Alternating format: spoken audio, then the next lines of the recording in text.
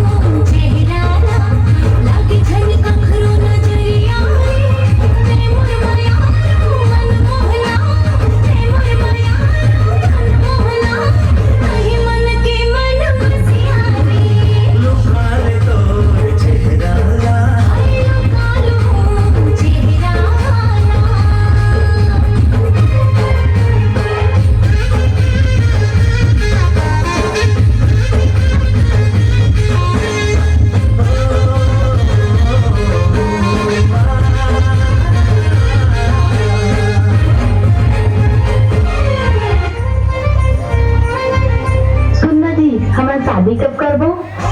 शादी करबो ना यार आराम से, शादी के का जल्दी है। तब तो बोला बोल दो ना कभी नहीं करो शादी तो उससे।